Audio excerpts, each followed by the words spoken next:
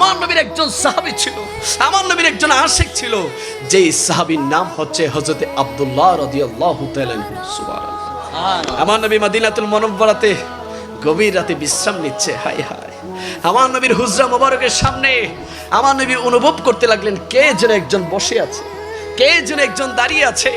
আমার নবী যখন অনুভব করতে লাগলেন, দরজা খুলে দেখতে পেলেন একজন যুবক, তিনি দরজার মধ্যে হেলান দিয়ে বসে আছে, যার শরীরের মধ্যে শুধু দুইটা কাপড়। সুবহানাল্লাহ বলি না।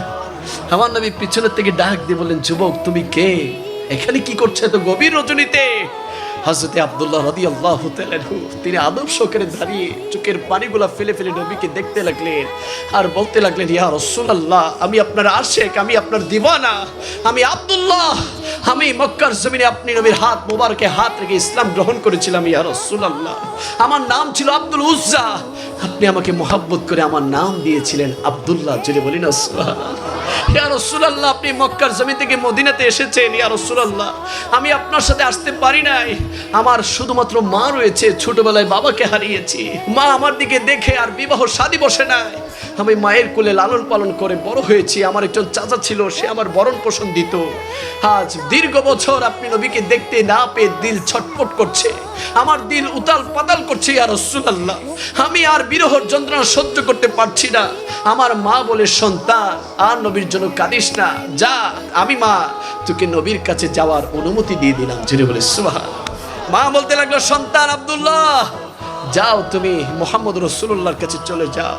আমি মা আমার হক থেকে তোমাকে মুক্ত করে দিয়েছি, মাফ করে দিয়েছি, তুই নবীর কাছে চলে যাও। নবীকে গিয়ে আমি মায়েরও সালাম দিও। জোরে বলি সুবহানাল্লাহ। আব্দুল্লাহ রাদিয়াল্লাহু তাআলা আমার নবীকে বলতে লাগলেন, ইয়া রাসূলুল্লাহ, আমি যখন আমার চাচার কাছে বিদায় নিতে গেলাম, ও চাচা, আমি চলে যাচ্ছি মক্কার জমিন ছেড়ে মদিনাতে। চাচা বলতে লাগলো, কোথায় যাচ্ছ, কেন যাচ্ছ? আমি মুহাম্মদ রাসূলুল্লাহর কাছে ইসলাম গ্রহণ করেছি, মুসলমান হয়েছি, আমি আমার নবীর জন্য আমার দিল চটপট করছে, আমি নবীকে দেখতে যাচ্ছি। চাচা তেলে বেগুনে জ্বলে ফায়ার হয়ে গিয়েছে। কি বলছো? আমার খেয়ে আমার পরে তুমি মুহাম্মাদের ইসলাম গ্রহণ করেছো, মুহাম্মদকে নবী হিসেবে মেনে নিয়েছো? আমি চাচা তোমাকে কঠিন শাস্তি দিব। আমি চাচা থেকে যা জীবনে খেয়েছো, পড়েছো, পেয়েছো, সবকিছু আমাকে ফেরত দাও। আব্দুল্লাহ রাদিয়াল্লাহু তাআলা আনহু যা কিছু ছিল সবকিছু চাচাকে দিয়েছে। ওই ইহুদি চাচা, ওই মুশরিক চাচা আব্দুল্লাহ রাদিয়াল্লাহু তাআলাকে ডাক দিয়ে বলতে লাগলো, এদিকে আসো, তোমার পরনে যে জামা কাপড় আছে সেগুলো আমি চাচার দেওয়া, দাও, এগুলো দাও। হযরত আব্দুল্লাহ চোখের পানিগুলা ছেড়ে ছেড়ে তার পরনের জামা কাপড়গুলা চাচাকে খুলে দিয়ে দিলেন।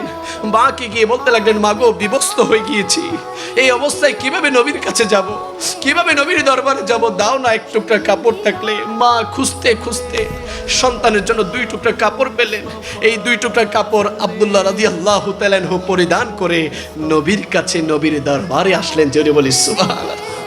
আমার নবী তার বয়ান শুনে আমার নবীর চোখ দিয়ে পানি বের হয়ে গিয়েছে। সুবহানাল্লাহ বলি না। আমার নবী বলতে লাগলেন, ও আব্দুল্লাহ, তুমি আমাকে এত ভালোবাসো, এত মহব্বত করো, আজ থেকে আমি সাহাবায়ে কেরামদেরকে ঘোষণা দিয়ে দিব, আমি তোমাকে ভালোবাসি, তারাও যেন তোমাকে ভালোবাসে। সুবহানাল্লাহ। সমস্ত আহলে সুফা, সমস্ত সাহাবায়ে কেরামদেরকে আমার নবী বলতে লাগলেন, এটা আমার আব্দুল্লাহ, আমার আশিক, সে ভালোবাসা দিয়েছে আমাকে, তার ঈমানের দাম অনেক বেশি, সে অনেক দাম দিয়ে ঈমান কিনেছে, আমি নবী তাকে মহব্বত করি। ও সাহাবীরা, তোমরাও তাকে আজ থেকে মহব্বত করবে। সুবহানাল্লাহ। হযরত আব্দুল্লাহ রাদিয়াল্লাহু তাআলা আনহু মদিনাতুল মুনাওয়ারাতে সাহাবায়ে কেরামদের সাথে চলতে লাগলেন, ফিরতে লাগলেন, খেতে লাগলেন, উঠতে লাগলেন, বসতে লাগলেন। সময় যেতে যেতে হযরত আব্দুল্লাহ রাদিয়াল্লাহু তাআলা আনহু অসুস্থ হয়ে গেলেন, শরীর কমজোর হয়ে গেলেন। তিনি সাখারদের বিছানায় যখন পড়ে গেলেন, আমার নবী আসলেন, আসার পরে দেখতে পেলেন হযরত আব্দুল্লাহ রাদিয়াল্লাহু তাআলা আনহু বিছানায় ছটফট করছে। আমার নবী তার মাথার মধ্যে হাত বুলিয়ে দিতে লাগলেন। সুবহানাল্লাহ।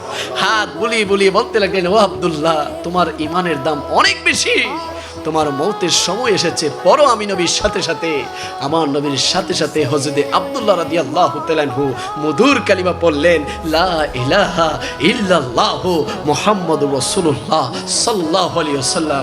যখন হযরত আব্দুল্লাহ রাদিয়াল্লাহু তাআলা আনহু ইন্তেকাল করলেন, হযরত আব্দুল্লাহ রাদিয়াল্লাহু তাআলা আনহুর লাশটাকে আমার নবী বলতে লাগলেন, সাহাবীরা, আজ এই আব্দুল্লাহর লাশটাকে অন্য কোন সাহাবীরা কাঁধে নেবে না, এই আব্দুল্লাহ আমার আশিকের লাশকে সিদ্দিক আকবর কাঁধে নিবে।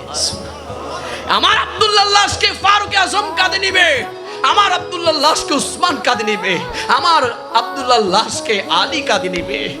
4 সাহাবী যখন রাসূলুল্লাহর হুকুম মোতাবেক কবরের মধ্যে রাখলেন, রাখার পরে আমার নবী আব্দুল্লাহ লাশকে নামানোর আগে আমার নবী আব্দুল্লাহ রাদিয়াল্লাহু তাআলা আনহুর কবরে নেমে গেলেন। সুবহানাল্লাহ বলে নেমে বলতে লাগলেন, আবু বকর, ও সিদ্দিক, ও ফারুক, ওমর, উসমান, আলী, দাও আমার আশেক আব্দুল্লাহ লাশটাকে আমার হাত মোবারকে দাও। সুবহানাল্লাহ। হযরত আব্দুল্লাহ রাদিয়াল্লাহু তাআলার লাশটাকে যখন আমার নবীর নূরানি হাত মোবারকে দেওয়া হলো, সমস্ত সাহাবায়ে কেরামরা অবাক দৃষ্টিতে তাকিয়ে আছে। বেলালে হাফসে একটা মাটিতে গড় দিলেন, হাই হাই, ওই লাশটা যদি আব্দুল্লাহর লাশ না হয়ে আমি বেলালের লাশ হতো। হযরত আব্দুল্লাহ ইবনে মাসউদ রাদিয়াল্লাহু তাআলা আনহু চিৎকার দিয়ে বলতে লাগলেন, এই কাশ এই লাশটা যদি আব্দুল্লাহর লাশ না হয়ে আমি ইবনে মাসউদের লাশ হতো, কতই না ভাগ্য হতো, কতই না উত্তম ভাগ্য হতো। রাসূলুল্লাহ হযরত আব্দুল্লাহ রাদিয়াল্লাহু তাআলা আনহুর লাশটাকে কবরে রাখলেন, রাখার পরে আল্লাহকে ডাক দিয়ে বললেন, ও মালিক, ও মাওলা, এটা আমার আশেক, আমার আশেক, আমার দিওয়ানা। আমি সাক্ষী দিচ্ছি আব্দুল্লাহ আমার প্রেমিক ছিল, আমার দিওয়ানা ছিল। তুমি আমার আব্দুল্লাহকে তুমি তোমার দরবারে কবুল করে নাও। জোরে বলে সুবহানাল্লাহ। আমরা রওজান থেকে, আমরা রওজানের নোয়াপাড়া থেকে, পশ্চিম গুজরাট থেকে বলবো, ইয়া রাসূলুল্লাহ, ইয়া হাবিবাল্লাহ, যেই জামানায় আমাদেরকে অনেকে ভণ্ড ডাকতো, যেই জামানায় আমাদেরকে সিন্নিখোর, জিলাপিখোর, বিনানিখোর ডাকতো, ইয়া রাসূলুল্লাহ, আপনি নবীর শানমান একটু দাঁড়িয়ে সালাতু সালাম দেওয়ার কারণে যারা আমাদেরকে বেদাতি বলতো, আপনি নবীর নাম মোবারক শুনে চুমু খাওয়াকে অনেকে বেদাত বলতো, ইয়া রাসূলুল্লাহ, তারা আমাদের জুলুসে হামলা করতে চাইতো, মামলা করতে চাইতো, ইয়া রাসূলুল্লাহ, কখনো তাদেরকে আমরা পরোয়া করি নাই। আমরা আপনি নবীর শানে মিলাদ নবী করেছি, আমরা আপনি নবীর শানে দাঁড়িয়ে সালাতু সালাম দিয়েছি। ইয়া রাসূলুল্লাহ, দুনিয়ার জমিনে বিল্ডিং চাই না, টাকা চাই না, ঘর চাই না, আমরা দুনিয়ার জমিনে ক্ষমতা চাই না। ইয়া রাসূলুল্লাহ, শুধু চাই ওই আব্দুল্লাহ রাদিয়াল্লাহু তাআলার মতো যেমনি ভাবে আপনি কবরে নেমে লাশটাকে রিসিভ করেছে, আমরা গুনাহগাররা যখন আমরা কবরে যাব, আপনার কদম মোবারকে চাই আপনিও যেন মদিনা থেকে এসে আমাদের গোলামদের লাশটাকে কবুল করে নেন। আমরা সকলে কবরে গিয়ে নবীকে দেখতে চাই কি চাই না? দুই হাত তুলে বলে চাই কি চাই না?